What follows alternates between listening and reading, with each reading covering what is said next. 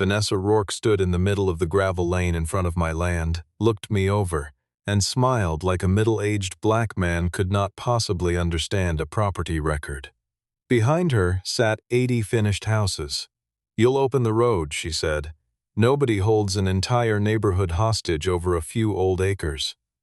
I did not argue with her. I laid a copy of the county file on the hood of her truck. No easement, no right of passage, no dedication, no instrument number, no recorded grant of any kind. And the only road those 80 families needed sat entirely, foot by foot, on land that belonged to me. If you enjoy watching an arrogant board corner itself with its own paperwork, subscribe and stay with me for this turn. My name is Desmond Hale, and for 19 years I have lived alone on 18 acres of hard, honest ground that runs from County Route 16 back into a stand of low oak and cedar. I bought the place at 31 with money I saved fixing small engines out of a rented bay behind a feed store, and I still fix them, mowers and generators and tillers and log splitters, in a shop I built myself out of steel and second-hand lumber. My hands stay stained. My jeans stay stained.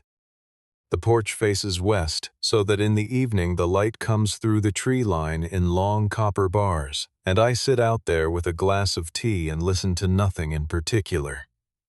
I am not a wealthy man in any way a stranger would notice from the road. What I am is a man who has read every page of his own deed, twice, and who has paid for 2 separate surveys because his grandfather told him that land you cannot describe is land you do not really own. For most of those 19 years the ground behind me was pasture, then fallow, then the kind of half-wild field that grows broom sedge and volunteer pine and swallows old fence posts whole. A family named Whitcomb held it, close to 300 acres, and they leased it out for hay and never once bothered me.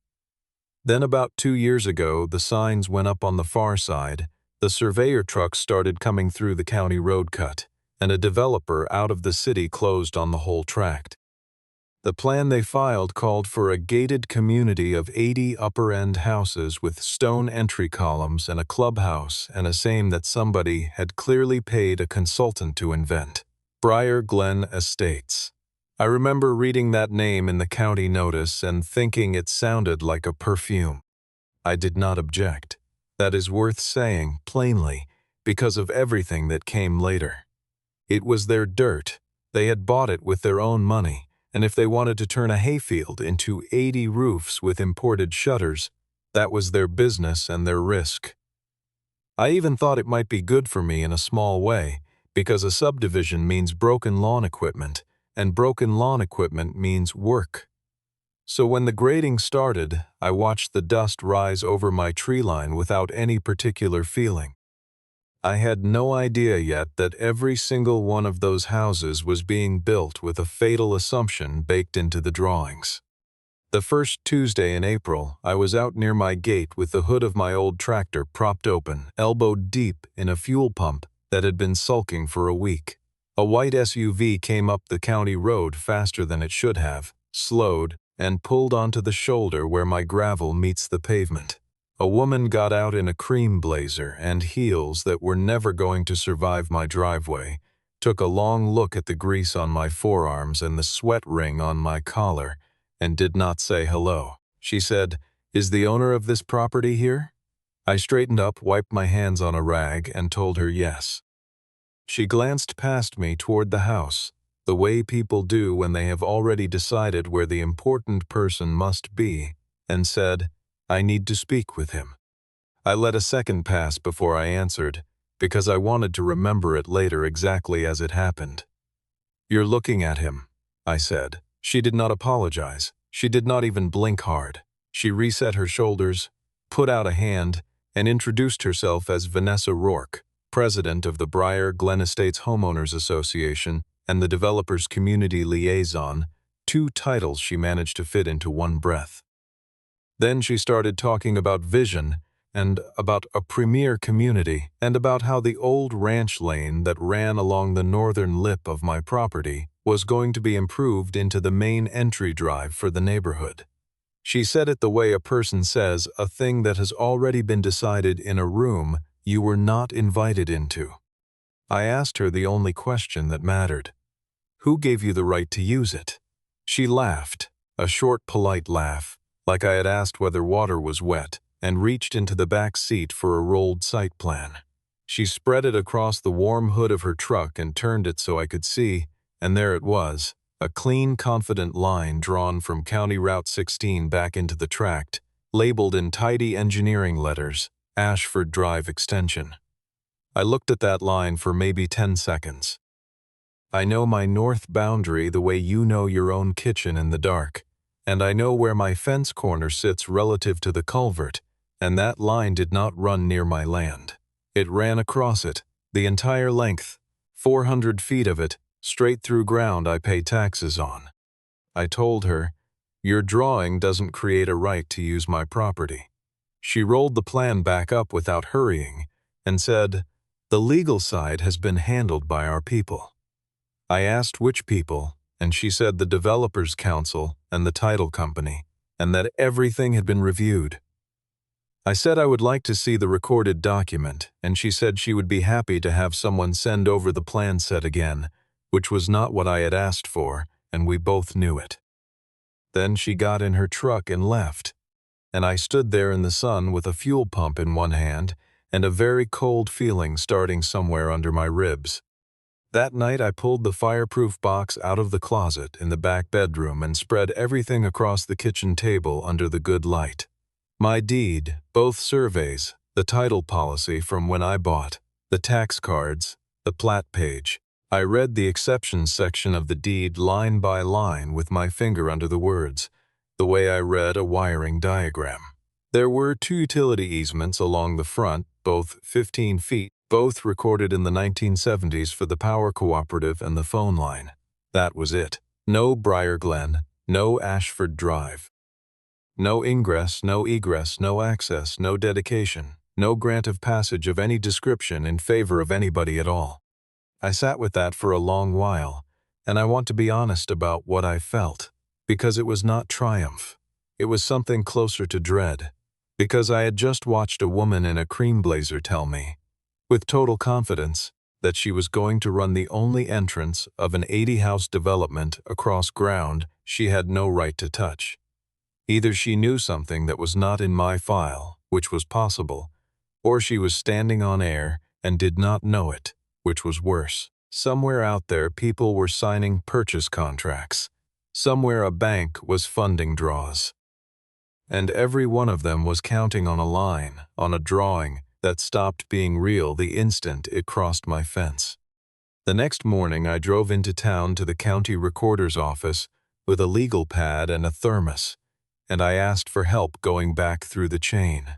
The woman at the counter was named Elena Ward, and she had been doing land records for something like 22 years, and once she understood I actually wanted the history and not a quick answer, she pulled a rolling chair over to the microfilm reader and sat down next to me. We worked backward through my parcel almost 50 years, deed by deed, from my purchase to the Nolan sale before me, to the estate division before that, to the original split off the Whitcomb home tract. Every conveyance carried the same 2 utility exceptions forward, word for word, the way careful lawyers do. Not one of them ever mentioned a road. Then Elena found the thing that explained everything. In a flat file drawer in the back, under a subdivision index nobody had touched in years, there was a conceptual map filed in 1986 for a proposed development called Whitcomb Meadows. It was a beautiful old ink drawing, hand-lettered, with lots sketched in and a curving line running from the county road back into the field. And along that line, in small careful letters, someone had written 2 words, Proposed Future Road. That was the entire origin of Ashford Drive, a suggestion, a daydream from the year I turned 8. The rest of the file told the ending. Whitcomb Meadows died in 1988 when the financing collapsed, and there was a short letter in the folder from the county attorney of that era confirming the county had not accepted any street within the proposed plat. No dedication was ever offered. No right-of-way was ever conveyed. No maintenance was ever assumed. The road was never built, never graded, never named, never anything. It existed only as a pencil idea on a map that had been dead for 38 years. And somewhere in the last 2 years, somebody working on Briar Glen had found that old drawing, seen a line that went where they needed a line to go, and treated it as though it were a public street. I hired a real estate attorney named Graham Pike, a lean, quiet man in his 60s who talked less in an hour than Vanessa had talked in 5 minutes at my gate. He took my documents, took Elena's copies, and asked me for 2 weeks. When he called me back, he did not soften anything. "They have no legal right of any kind across your parcel," he said. "A proposed road on an unrecorded, abandoned concept map conveys nothing. There is no easement by grant, no dedication, no reservation. If they are representing permanent access over your land, they are representing something they do not own." Then Graham told me the part that made the whole situation strange, and I need you to hold on to it, because it is why this went on as long as it did. The developer did have a way in. Their construction traffic was coming from the east, off a gravel haul route across a separate parcel owned by one of their investment partners, under a temporary construction access agreement.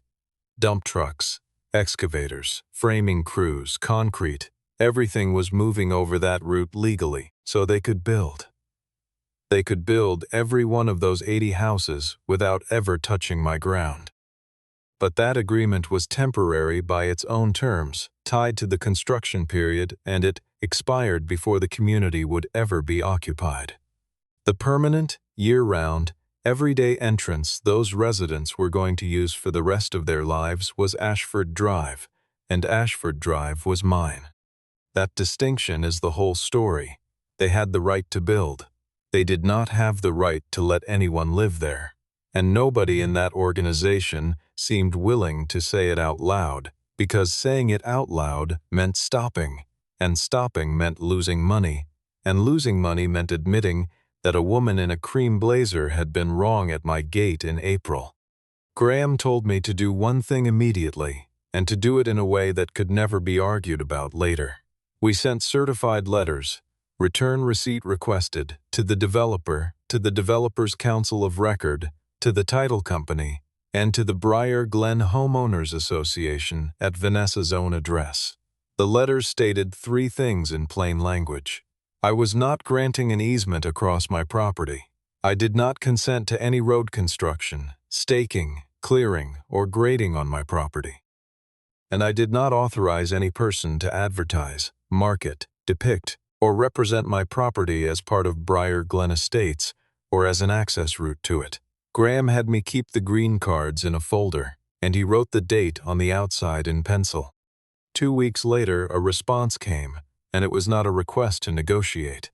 It was a single page on association letterhead, and it said that after review, the association believed that a right of access along the northern boundary had existed historically and that the matter had been addressed through the county approval process. It did not cite an instrument number.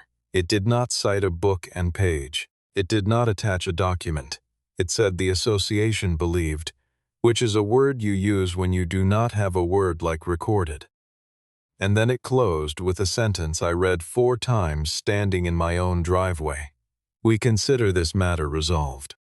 I laughed out loud in the gravel, not because it was funny, exactly, but because of the sheer nerve of it. Vanessa Rourke had just declared a property dispute over my land settled by herself in writing, while the only signature on earth capable of settling it was sitting in my back pocket on a grease-stained hand. I put that letter in the folder with the green cards, and I understood that this was not going to be resolved by reason. It was going to be resolved by consequences, and consequences arrive on their own schedule. So I waited, and I watched, and they built. From my porch that summer, I could see the framing crews coming up over the rise behind my tree line, and the sound carried the way sound does on flat ground, nail guns going all day like distant popcorn. 20 houses went to roof by July, 37 by the middle of September, 54 by the time the leaves turned, and then the stone columns went up at the eastern construction entrance, temporary. with a banner across them. By the following spring, there were 80 roofs behind me where there had been broom sedge, and the sod trucks were running, and men were planting 8-foot maples in a straight line down a street that did not connect to anything. Vanessa got bolder the way people do when the thing they gambled on keeps not collapsing. Her marketing changed. The brochures and the listing sheets started carrying a line that made my jaw tighten. Private community with direct access from County Route 16. There was even a rendering, a lovely watercolor thing, showing an entry drive curving between stone walls with a wrought iron sign reading Ashford Drive. In the rendering, there was a split-rail fence along the left edge, and behind it a suggestion of trees. That fence is my fence. That was my land, painted in soft colors, being sold to strangers as an amenity. I emailed the marketing contact and the developer's project manager with the rendering attached and asked politely that the representation be corrected because no access existed and none had been granted. I got an automated acknowledgement. Then nothing. I sent it again 10 days later and copied Graham. Then nothing. I printed both emails and put them in the folder, which by now had grown thick enough that I had to move it out of the fireproof box into a banker's box on the shelf above my workbench. In May, I ran into Vanessa again at the northern line, where the construction road crossed within sight of my fence corner. She had a tablet under her arm and a hard hat she clearly had not worn. She said my letters were becoming a nuisance for her office and asked if I had a lawyer or if I was writing them myself, and I told her both questions had the same answer, that the letters were accurate, and then she said the sentence I have repeated to myself many times since. Desmond, do you honestly think a piece of ground like this can stop a project worth tens of millions of dollars? I said, no, but a deed can. She laughed at that, genuinely, like I had told a joke that landed. I understood then exactly what her strategy was, because she was not even hiding it. Build first. Create a situation so heavy and so expensive and so full of families that no single man could stand in front of it. Then hand him a pen. 80 households, a developer, a lender, a title company, a county desperate for tax base, all leaning one direction, and one man in a work shirt leaning the other. She was not trying to buy my cooperation. She was trying to manufacture a position where I would not need to be bought. 3 weeks later, I came out of the shop after lunch, and there were 2 men in orange vests on my side of the fence, driving wooden stakes with pink ribbon in a line across my hayfield. I walked out and asked them to stop, and to their credit, they stopped instantly. The foreman, a decent guy named Ray, showed me his work order on his tablet, and the shaded strip was labeled Future HOA Entrance. I went back to the shop, brought out my survey with the pins and the bearings and the recorded plat page, and laid it on his tailgate next to his tablet. He looked at mine, then his, then mine again, and said one word that I appreciated more than anything anyone said to me that whole year. Huh. Ray pulled his crew off within 20 minutes and pulled every stake he had set. He told me his instruction had come from the community liaison, not from the engineer, which was its own piece of information. Vanessa arrived about 40 minutes after that, and this time she did not bother with the blazer voice. She came up my gravel on foot with her arms crossed and said, "You are playing a very dangerous game." I said, "I'm standing on my own land." She said the county was going to look at me as an obstruction, that 80 families were going to know my name, that I was jeopardizing a public improvement. And then she said the thing that turned it personal, and she said it slowly, as though it were generous.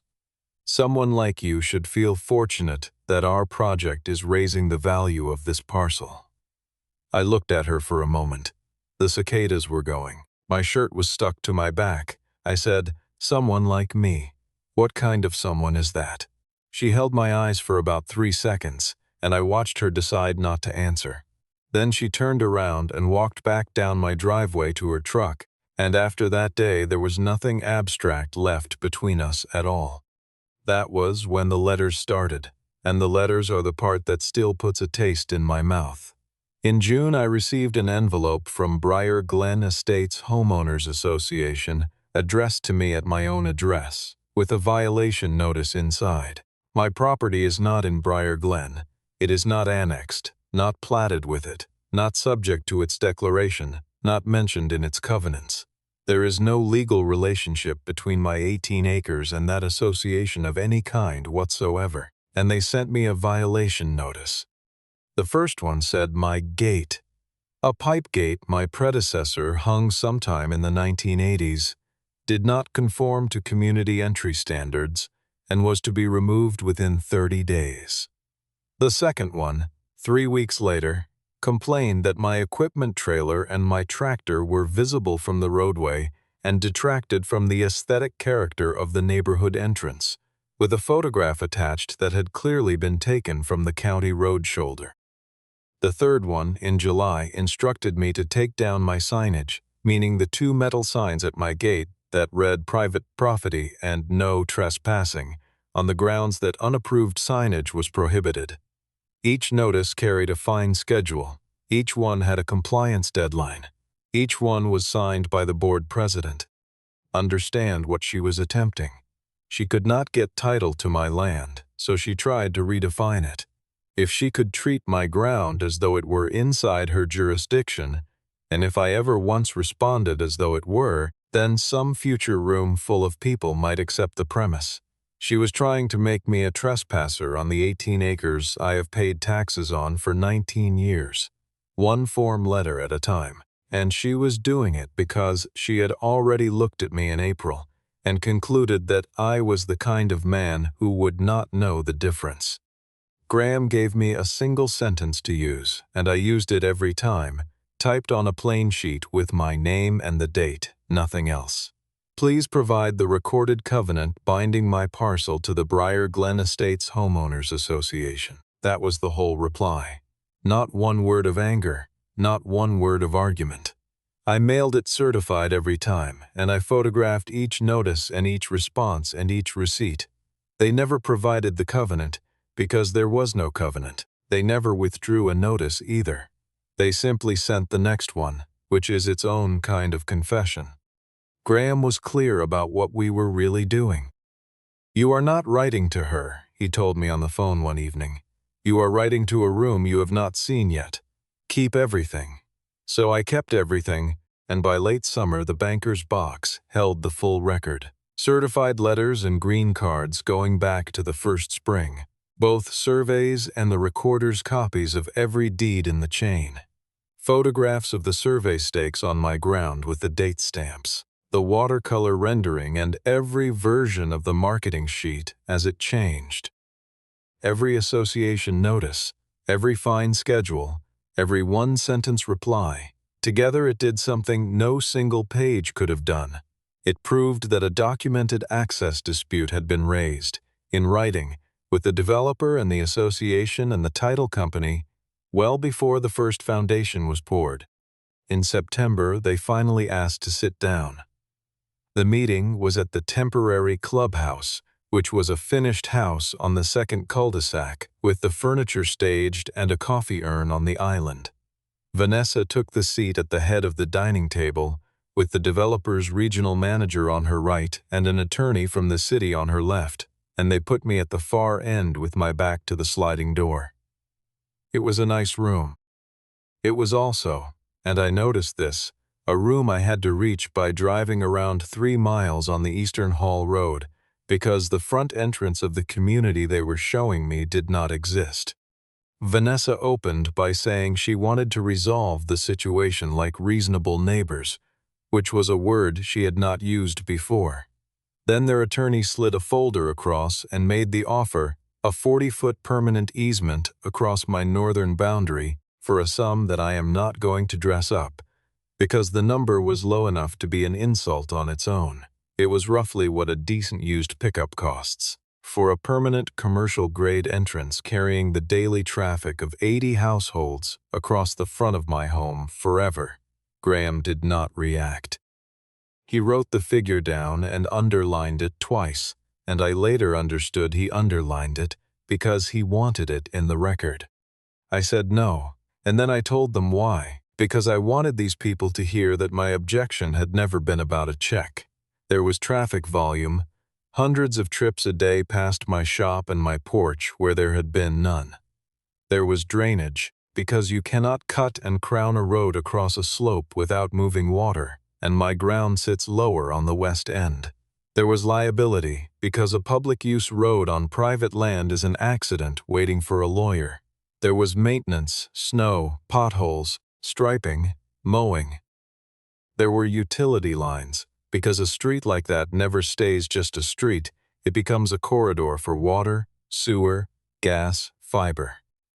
There was the question of widening, since a 40-foot easement written loosely today becomes a 60-foot easement in a decade. And there was my house, 110 feet from where they wanted the center line. Vanessa listened to about half of it, then leaned back and said, "Don't turn this into something bigger than you can handle." Graham set his pen down for the first time in 20 minutes. He said in the same flat voice he uses to read a legal description, "Mrs. Rourke, Mr. Hale currently owns the one thing your project has not managed to purchase." The room changed temperature. The regional manager looked at the attorney. The attorney looked at the folder. Nobody looked at Vanessa, which I think she noticed. She walked me out to the driveway anyway, still certain, still carrying it. At my truck door, she said, "When 80 families are standing at your gate, you'll sign." And I said the truest thing I said that whole year. Maybe you should ask yourself why you built 80 houses before you got that signature. She did not have an answer for that either. And I drove home the long way around on the Hall Road, past 80 finished houses with nobody living in a single one of them. Autumn was when the arithmetic came due. The last houses were finishing punch list. Sod was in. Mailboxes were set in concrete at the curb of a street with no outlet. Buyers had put down earnest money on more than half the lots, and closings were scheduled starting the week before Thanksgiving. To close, the developer needed final approvals and certificates of occupancy from the county. To get those, the file had to go across the desk of a transportation engineer named Nathan Cross. And Nathan Cross had been doing that job for 11 years and had a reputation for reading everything. He read the final plat.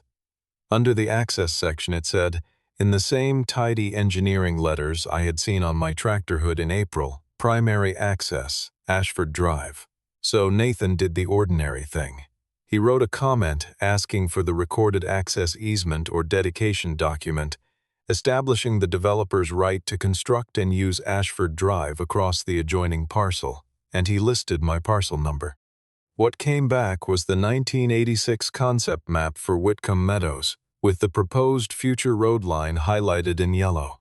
Nathan returned it with one line, "This is not an easement." Then they sent a new boundary survey, freshly sealed, showing the proposed road alignment beautifully drawn across my land. Nathan returned that one too. A survey does not grant property rights. Then they sent a letter from their council asserting historical use, and Nathan wrote back asking for the book and page, the instrument number, the recording date, anything at all in the chain of title at the recorder's office. And that was where the whole thing stopped because there was nothing to send. Elena Ward had already looked. I had already looked. It did not exist. Around the same time, Mara Sloan at the title company started pulling her own file, and she found the thing that turned a mistake into a decision. Buried in the original title commitment issued to the developer before closing on the Whitcomb tract, in the requirements section, was a note somebody had typed, and somebody had read, and somebody had signed under. Permanent ingress and egress to be acquired prior to final conveyance. It was there from the beginning. The gap was identified before a single tree was cleared. It was flagged in writing by the people whose job it is to flag exactly that, and the answer to it had never been obtained. It had simply been carried forward, meeting after meeting, as something that would work itself out. The county acted first. Nathan's division placed a hold on final occupancy approval for the great majority of the lots pending demonstration of legal permanent access meeting county standards, because you cannot issue a certificate of occupancy for a dwelling that has no lawful way to be reached.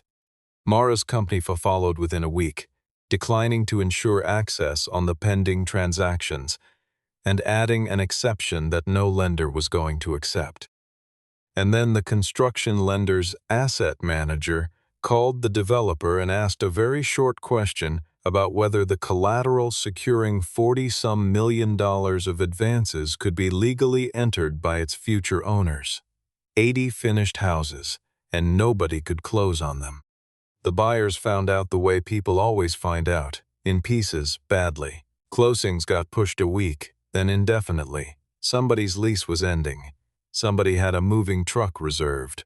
And Vanessa called an emergency meeting in the same staged house with the coffee urn, and stood at the end of the island and told a room of anxious people that there was a technical paperwork issue with the county involving an administrative recording matter that would be corrected shortly.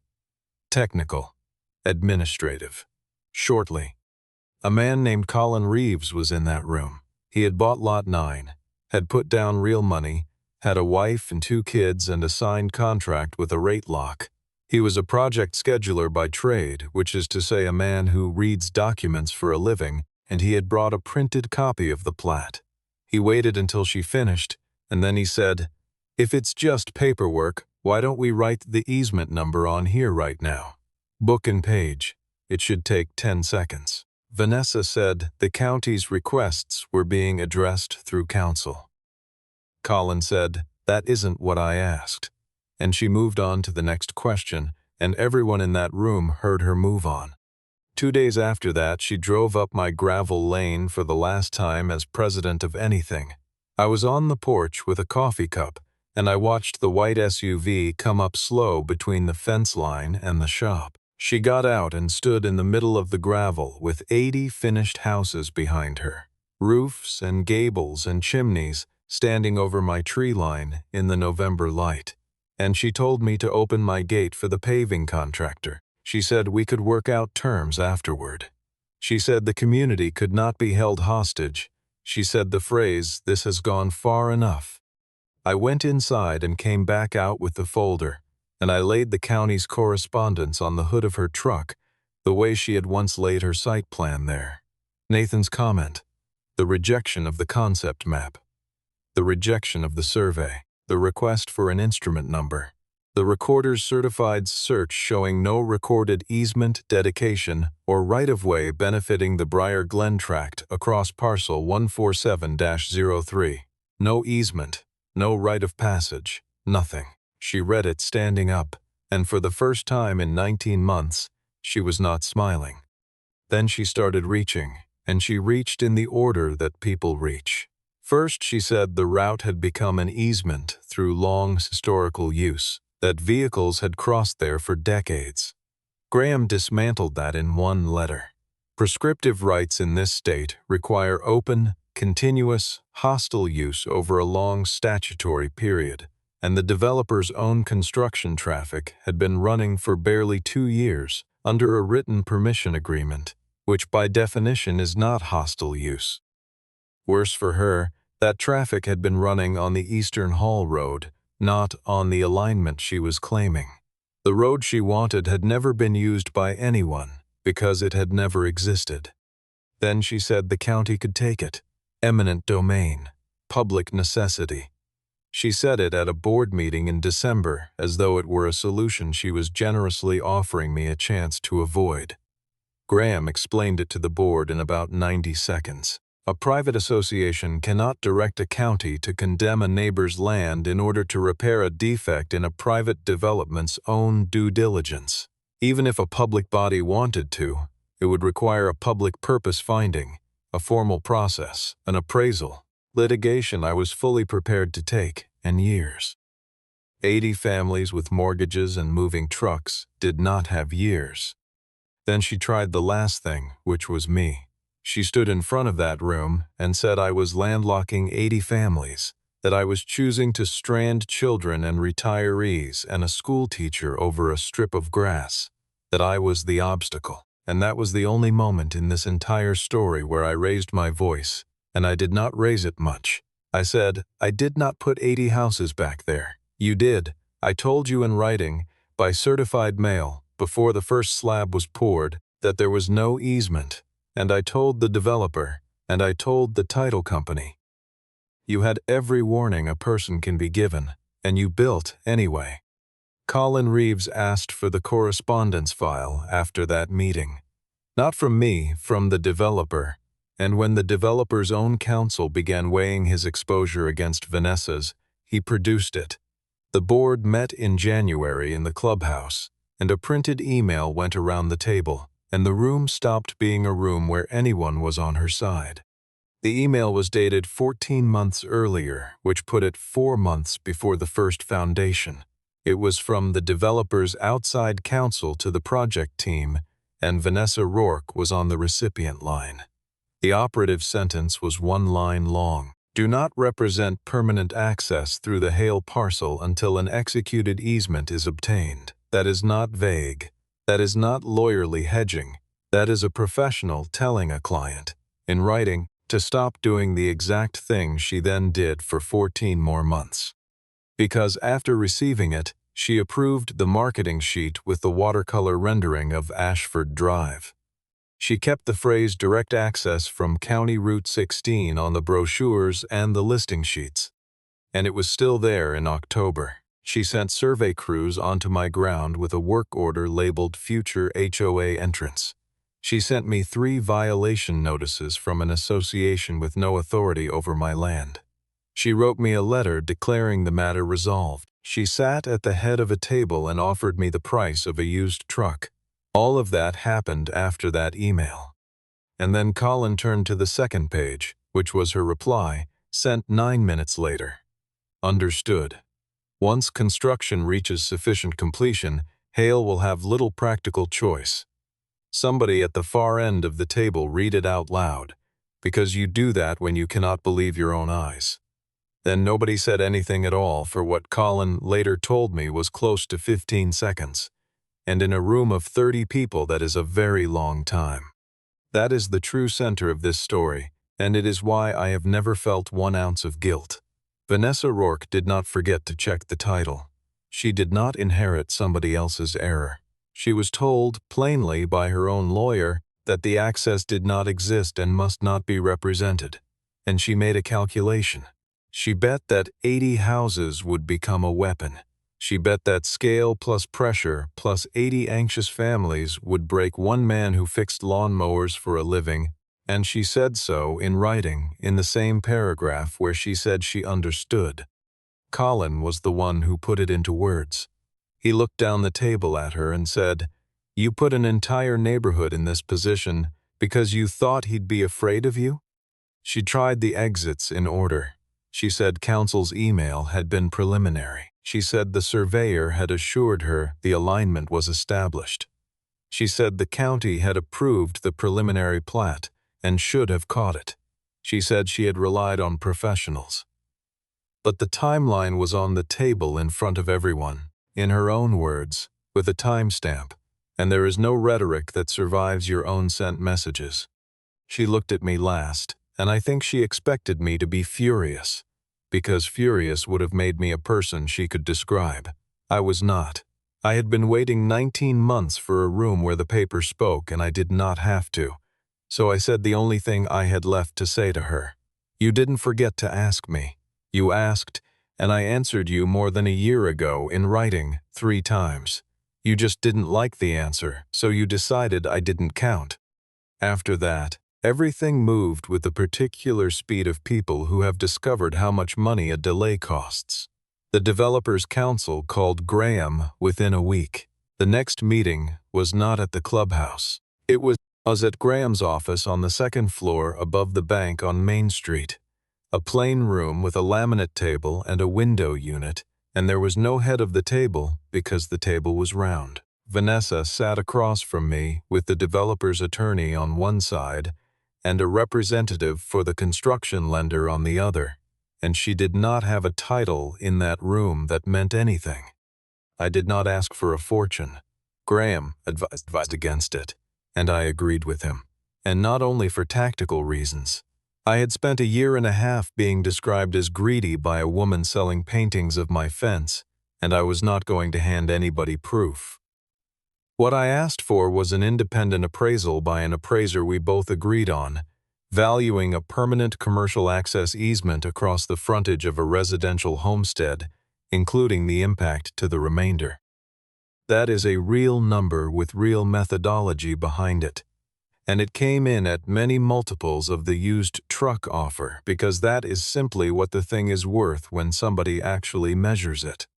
But the money was never the part I cared about, and I told them so at the start of that meeting so nobody would waste a session probing for it.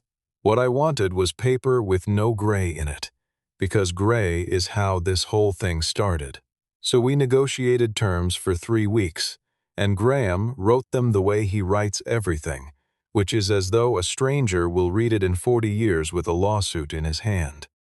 The easement was limited to a fixed width, precisely described by bearing and distance, with an express prohibition on any widening, realignment, or additional lanes without a separately negotiated and recorded instrument. The developer and the association bore 100% of the cost of road construction, to county standard, plus base, paving, striping, signage, and the entrance apron. Drainage was engineered so that no additional stormwater discharged onto my remaining acreage, with a detention basin on their side and a certification from their engineer at completion. The association assumed permanent maintenance, including resurfacing, snow removal, mowing within the easement, and repair, with a funded reserve line item. The insurance provisions took the longest.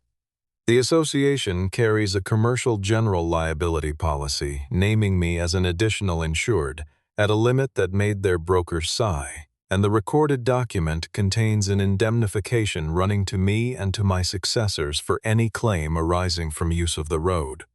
Utility installation within the easement was expressly excluded, to be negotiated separately if ever requested, which means the corridor cannot quietly become a pipeline.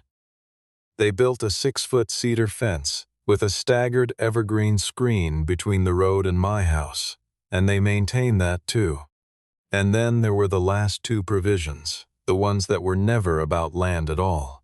First, written acknowledgement and a recorded declaration confirming that my entire parcel is not now and has never been subject to the Briar Glen Estates Homeowners Association, its declaration, its covenants, its architectural review, or its assessments. Second, a covenant that the association would issue no further violation notices, fines, architectural demands, or compliance correspondence to me or to any future owner of my parcel, ever. Vanessa objected to that last one, out loud, in that plain room, with the lender's representative sitting 18 inches away. She said it was unnecessary and implied bad faith, and I asked her the only question I had left. Why does it bother you? You just spent 14 months trying to govern land that was never yours to govern. Her own attorney did not speak. The developer's regional manager looked at the window unit. The lender's man wrote something down. Nobody at that table said a single word in her defense, and after about 10 seconds she said, "Fine." The board approved substantially all of it in February, and here is the thing I noticed at the signing. The deal we closed was not meaningfully different from the deal that had been available to them in April of the first year, when a woman in heels stood on my gravel and asked where the owner was.